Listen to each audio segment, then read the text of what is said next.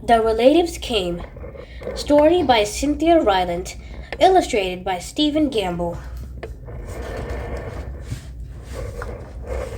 The relatives came.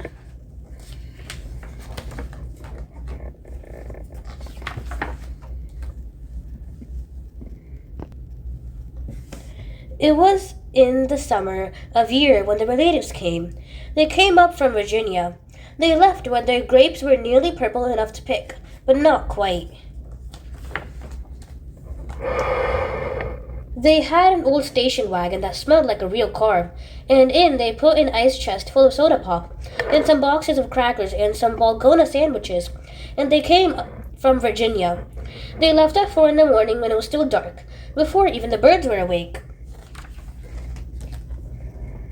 They drove all day long and into the night, and while they traveled along, they looked at the strange houses and different mountains, and they thought about their almost purple grapes back home. They thought about Virginia, but they thought about us too, waiting for them. So they drank up all their pop and ate up all their crackers and traveled up those miles until finally they pulled into our yard.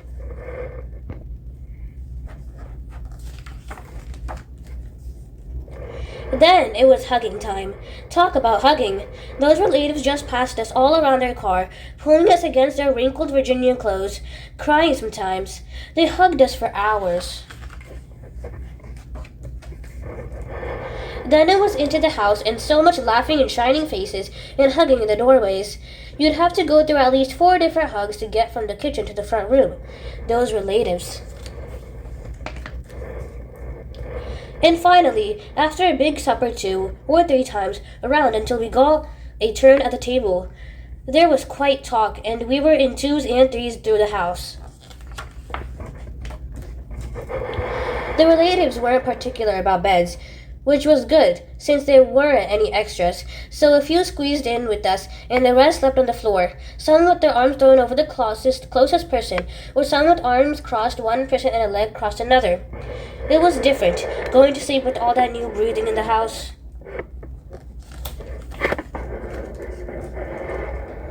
The relatives stayed for weeks and weeks. They helped us tend the garden, and they fixed any broken things they could find.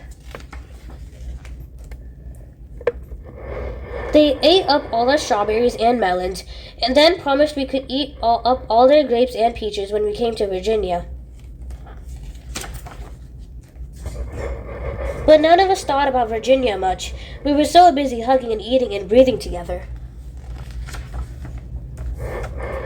Finally, after a long time, the relatives loaded up their ice chest and headed back to Virginia at 4 in the morning. We stood there in our pajamas and waved them off in the dark. We watched the relatives disappear down the road. Then we crawled back into our beds, and that felt too big and too quiet. We fell asleep. And the relatives drove on, all day long and into the night, and while they traveled along they looked at the strange houses and different mountains, and they thought about their dark purple grapes waiting at home in Virginia. But they thought about us too, missing them, and they missed us.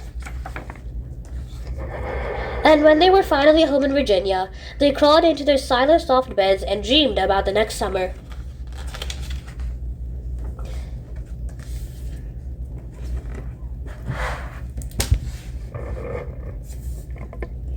The end. A Rainbow of Friends by P.K. Hallen. A Rainbow of Friends. A rainbow of friends is the vision we see when we think about peace and the world of harmony. Some friends are funny. Some friends are stars. Some friends wear clothing that's different than ours. But all friends are special and odd and add in some way to be the richest of life. How we think, what we say. A rainbow of friends is a dream we can share, where everyone treated with kindness and care, and friend may be challenging in a movement of speech. A friend may be distant or difficult to reach. Still, each friend is given a share of our hearts, so no one feels different, unloved, or apart. A rainbow of friends is a chance for all of us to help one another when we stumble or fall. We all have our own interests. We all have our views. We all have our strengths and our weaknesses too. And though we may wander a bit wide or far, our friends still accept us the way that we are. A rainbow of friends is a bonding together that eases our journey through the wet kinds of weather. If we work hand in hand, all jobs can be done. If we play as a team, we've already won. Our goals can be reached with the greatest success by trusting that others are doing their best. Our reach out with love to the people we meet and offer a smile to all those you greet. The world is a family whose happiness depends on a circle of caring. On a rainbow of friends. The end. In My Backyard by Valerie Giogas, illustrated by Catherine Zecca.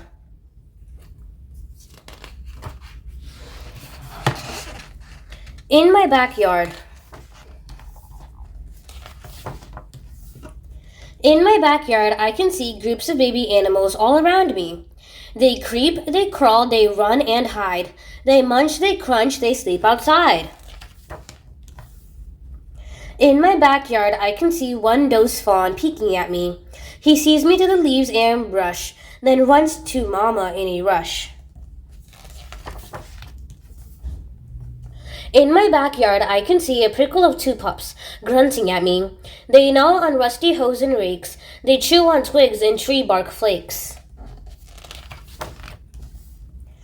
In my backyard, I can see a scurry of three pups gazing at me. It's very crowded in their nest, which makes it really hard to rest. In my backyard, I can see a nursery of 4 cubs spying on me. At night, they search inside our trash. I always hear the barrels crash. In my backyard, I can see a nest of 5 bunnies twitching at me. They've gotten through the garden gate. Just look at all the plants they ate. In my backyard, I can see a labor of 6 pups running from me. They cannot see their lunch of worms, but they can hear them as they squirm. In my backyard, I can see a surfeit of 7 kits squinting at me. They hunt for grubs and ants and snails, and sometimes eat the eggs of quails.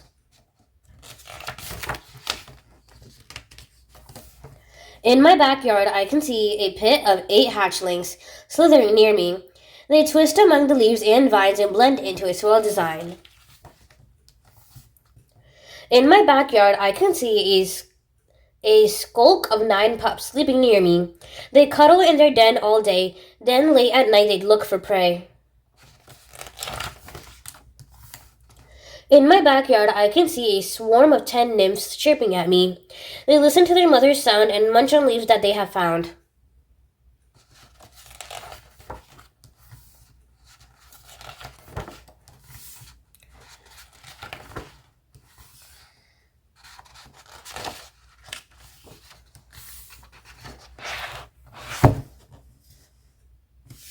The end. Celebrating Father's Day. Father's Day is for special people. Written by Donna Martin. Illustrated by Kiko Motiam. Father's Day is for special people. Today we are going to make Father's Day's card. I don't live with my dad. I have a stepfather. I don't have a dad. You can make a card for any man you love and respect. I'm making a card for my dad. He taught me to ride a bike.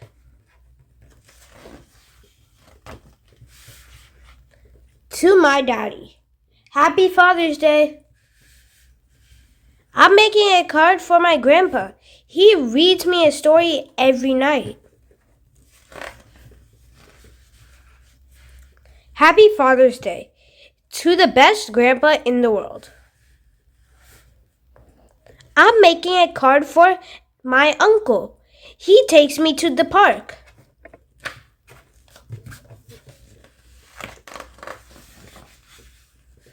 I love you, Uncle Bob. I'm making a card for my big brother. He helps me with my homework. Thank you for being my big brother. I'm making a card for my stepfather. He coaches my soccer team. Happy Father's Day. Father's Day isn't just for the fathers.